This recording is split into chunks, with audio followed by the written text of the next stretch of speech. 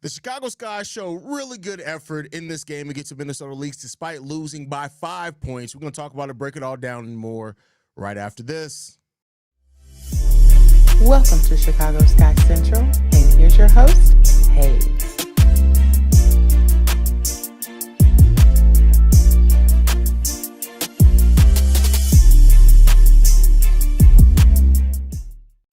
What's going on, Sky fans? Welcome to another episode of Chicago Sky Central, your number one spot for everything Chicago Sky related. I'm the host there, Haize, but more importantly, you guys can follow the channel at Chicago Sky Pod on every social media platform we happen to be on. With that said, let's go ahead and get into it for today, y'all. Unfortunately, the Sky do not have enough down the stretch of this game. They won the first quarter in this game 24-10. They then lose the second quarter by 15 points, 28-13. The third quarter is closer, 18-13, and then the Sky 23-24 in the fourth quarter of this game. This game was a winnable game down the stretch of the Chicago Sky. Unfortunately, they made some mistakes. The Lynx didn't make certain mistakes, and the Sky, despite showing some fight, it was really good effort in this game. They ended up losing this game, but keep in mind, this is the Minnesota Lynx. They're 16-2 on the season, and the Sky just played a game with them where it was close down to the stretch down this game. And so, if you want to take kind of moral victories from that, the Sky competed throughout most of this game, even despite giving up the big second quarter. And if it wasn't for that 15-point discrepancy in that second quarter of the game, we're talking about an even closer game than what it was for the Sky. So, this is why this game is a perfect example of why playing a full four quarters is important to win basketball games. Because if the second quarter had a discrepancy more like the other quarters, Scott could have definitely won this game. But then you can say the same thing about the first quarter as well, right? So, there's that when it comes down to it. The Sky have 5 players in double figures in this game, led by Rachel Banham, one of her best games of the season, 7 of 13 from the field, 6 of 10 from the three-point line in this game for 20 points. She had 2 rebounds, 2 assists as well in this game. 16 points from Angel Reese. She goes 7 of 15 from the field with 17 rebounds, 6 assists, 1 block. She did have 6 turnovers, which accounts for almost half of the overall Chicago Sky turnovers in this game. But this was another, solid shooting night for Angel Reese. Of course, she's leading the league in rebounding with 17. She's averaging around 13 on the season. So, she gives what she's been giving for the majority of this year. After a slow start to the season, she's really woken up. Got her second All-Star nod today, so good for her to have a game, but I'm sure she would have wanted the victory more than anything else. You get 12 points from Elizabeth Williams to go along with 7 rebounds and 2 assists in this game. 11 points from Michaela Oniwerde as being in the starting lineup today with 11 points, 8 rebounds, 1 assist in this game, and 11 points from Ariel Atkins. She only went 3 of 14 though in this game. The Sky have a total of 5 points off the bench, 3 coming from Kia Nurse, 2 coming from Becca Allen, as they're both now on the bench as well.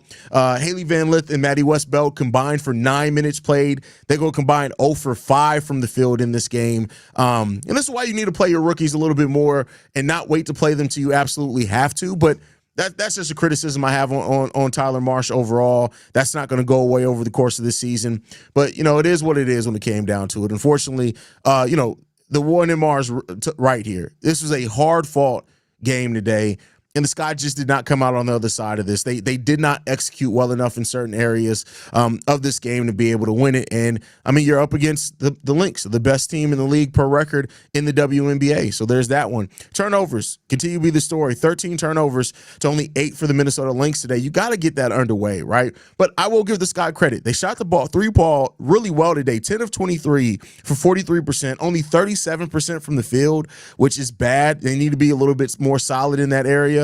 When you flip that and look at the Lynx, they only went 6 of 25 from 3 for 24%, but they shot 41% from the field. So that 3-point discrepancy is a big reason why they were able to stay or have this game as close as what it was down the stretch. But Courtney Williams, 25 points. She was killing the Sky today. Nafessa Collier, 21 points today. Shout out to Fessa. I love watching her play basketball. I was talking some shit down the stretch of the game. That's just because I'm an asshole. But Fessa she's such an amazing player. 7 of 7 from the free throw line today.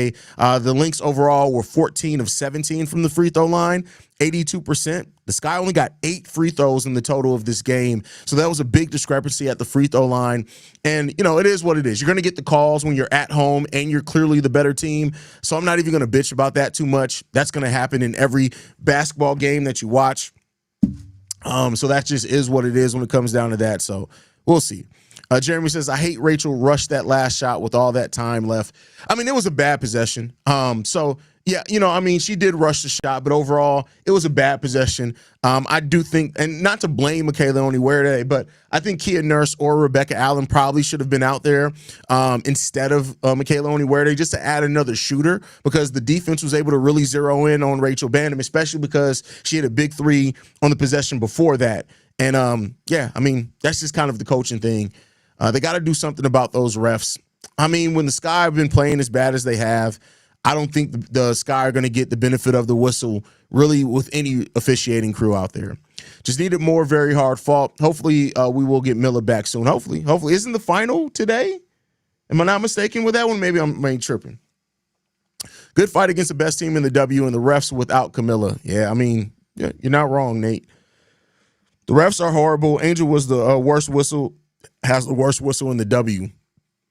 I don't know if I'm not saying you're wrong on that. 3 and 4 in the last 7, I would say we're improving. And it's not even just about the record. When you look at the Sky and how they're executing in some of these games, they're definitely improving. I think they're definitely improving. No doubt about that. They just got to execute down the stretch better for sure. Kashay Taylor's in the building, says horrible, definitely down the stretch of that game. Vern in the building says really good effort tonight, but wasn't enough. Yeah, it just wasn't enough down the stretch of the game. Chicago was up 24-10 in the Chicago Sky. Relaxed starting that second quarter. Yeah, you can't take your foot off this, especially not against the Minnesota Lynx. You cannot allow a quarter of a 15-point discrepancy against a team like the Lynx that play on both sides of the ball. That's tough. That's tough to overcome. Ariel will clean it up next. And with the problem with Ariel Atkins, right? And again, I'm not blaming the Sky's issues all on one player. So when I give criticism to these players, please don't take that as me blaming everything on one player, because that's not what I'm doing here. But the problem with Ariel Atkins is that she just hasn't been consistent shooting the ball, right? Like when you look at it, for every 50% shooting game, there's a 35 game, a 36 game. Like just looking at her let's just look at the month of June, right? So June 7th. She went, she shot the ball 18%. June 10th, 45%. June 13th, 40%. June 15th, 36%. 17th, 44%. 21st, 62. Then 36, then 35, then 43, then 58, and 21% today. Like once Ariel Atkins can be a little bit more consistent, and I'm not saying that some of that isn't on the possessions and the way that we run them for, that definitely plays a part into it. But if she can be more consistent in the effectiveness from the field, I think that changes a lot for Ariel Atkins personally. Haley Van Lith played horrible. She ain't play her. Oh, he ain't play her no more the second half. But I like Maddie. Hope he play her more. I once everybody's healthy, you're probably not going to see a lot of the rookies. But yeah, it sucks. It sucks.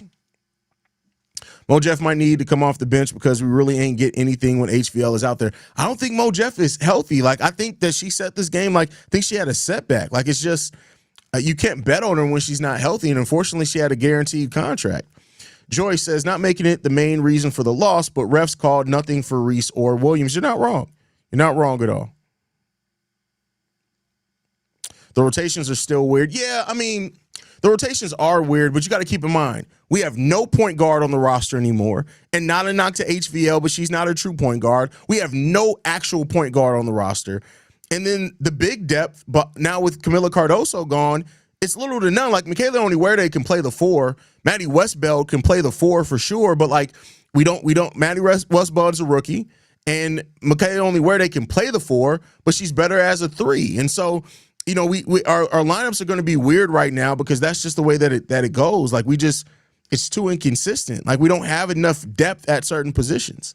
So yeah, but I wonder if it's her role in being way more on. But and that's why I did say, like I said, that between her shooting and then also some of it is the way that we're using her. I will admit that, and I talked about that a little bit on a couple of episodes ago. Like Ariel Atkins is not the type of scorer, and not to compare them as players, but she's not the type of scorer of Kennedy Carter. Like Ariel Atkins is an in-system scorer within the flow of the game. There's nothing wrong with that.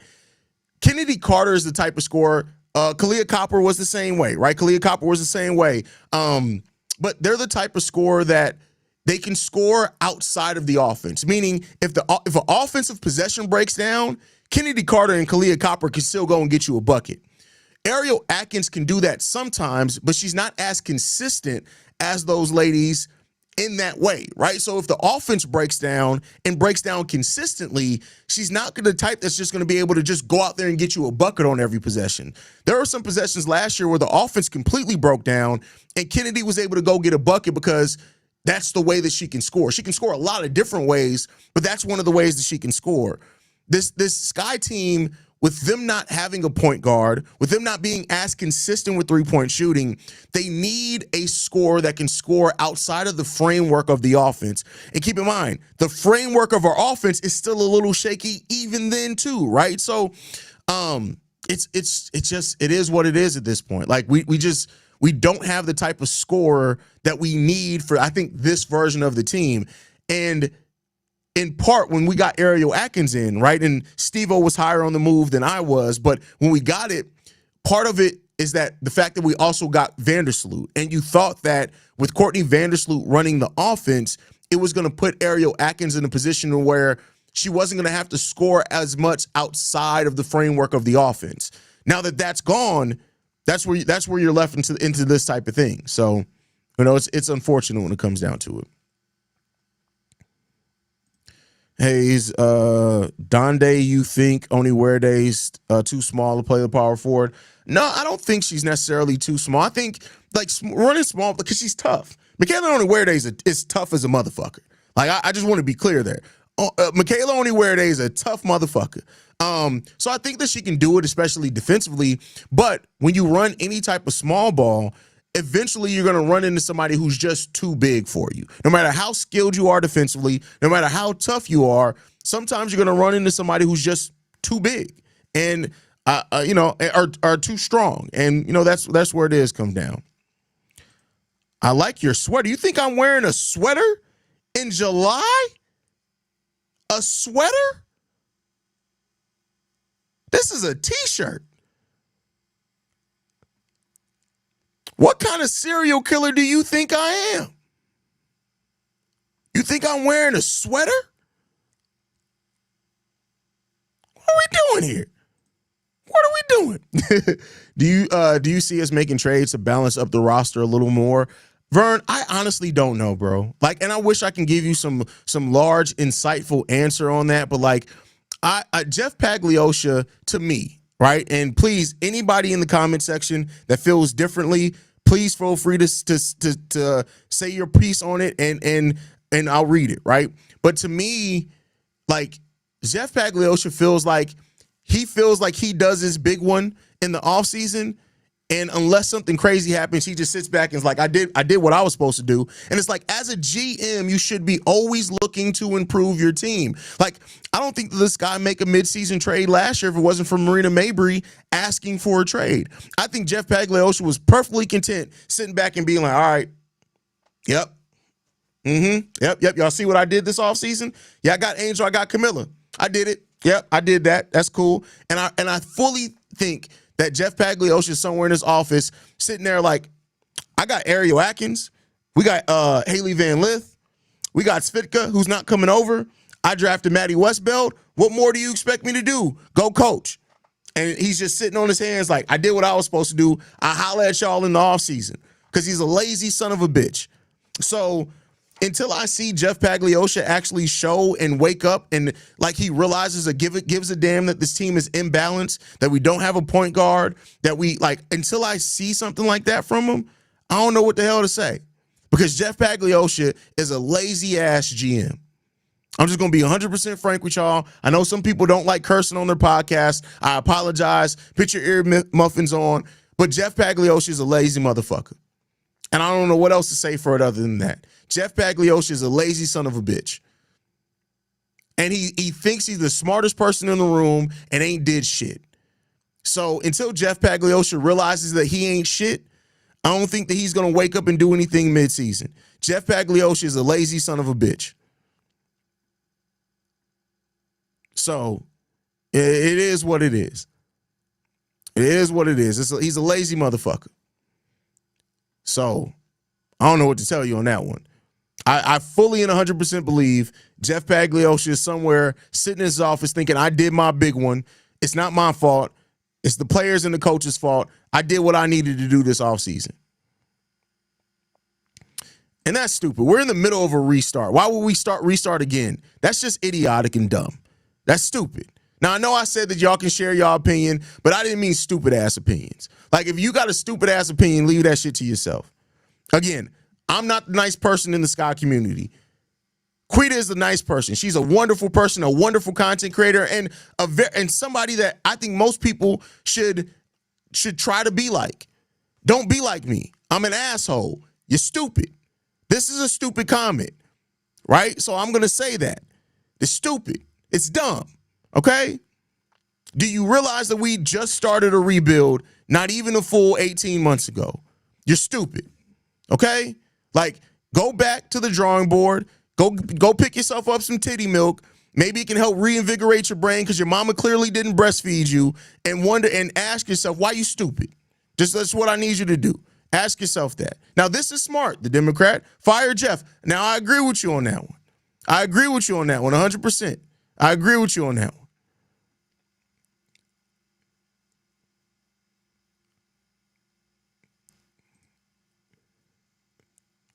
I agree. The Sky team is Jeff Pagliocca is stupid.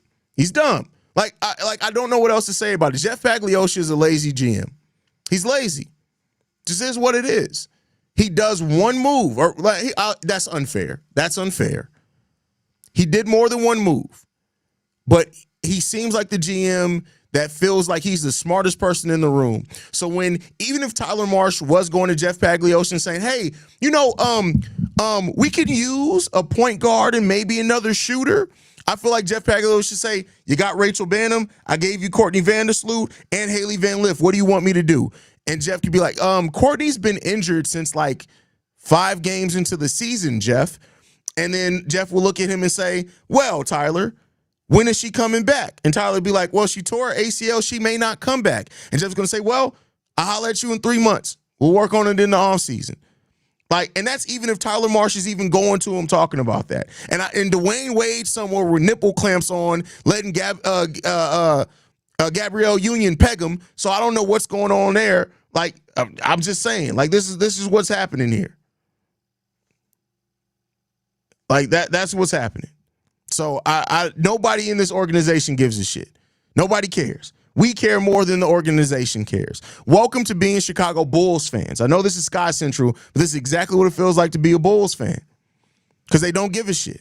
They don't give a shit. I'm sure Jeff Pagliocca is somewhere walking around the Wintrust because he's fucking dumb. All right, and he's lazy. It's period. And we got too many owners for the Sky. None of them play basketball or know anything about it. The couple that do don't care or something. Well, I mean, you got to keep in mind, every professional sports has an ownership group. There are usually about 10 to 15 people that own a team, with one person being the majority owner, one family being the majority owner. So I'm not even mad at the number of owners. I'm mad that we can have that many owners and nobody gives a shit. That's what I'm upset about. Because how can you have that many owners and nobody cares? Quita in the building. The best content creator for the W that you guys will ever find, period, point blank. Says, just hopping in. I'm actually not upset with this loss. Yes, turnovers aren't great, but we did give the Lynx a run for the money, but we do need a point guard at some point. Absolutely right, Quita. Absolutely right. This was a hard-fought loss, and you love to see the team compete at this level against the best team in the W. You can't take that away at all. You can't take that away.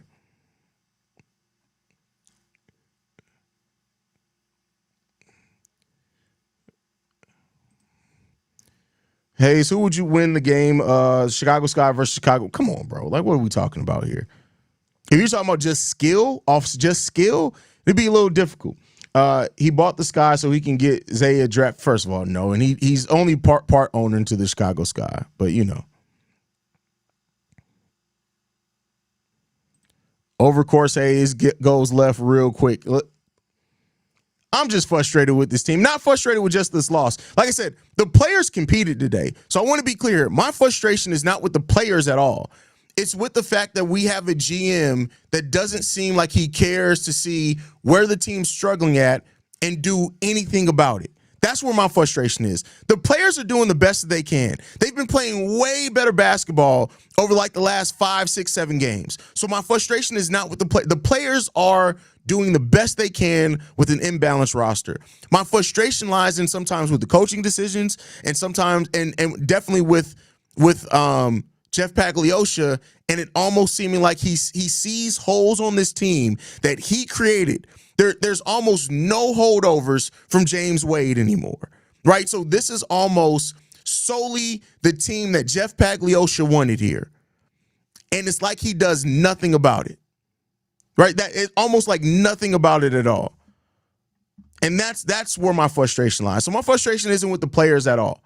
It's not with the players. Even with me talking about like Ariel Atkins not being able to score all the time outside of the framework of the offense, no problem with that at all. That is who she is as a player. It's up for the coach and the GM to either put her in the right situations and the GM to have the right personnel around a player that you traded a high pick for, to make sure that they have the framework that's needed to be successful on the team. And we don't have that. And that's where the frustration comes in at. That's where it comes in at.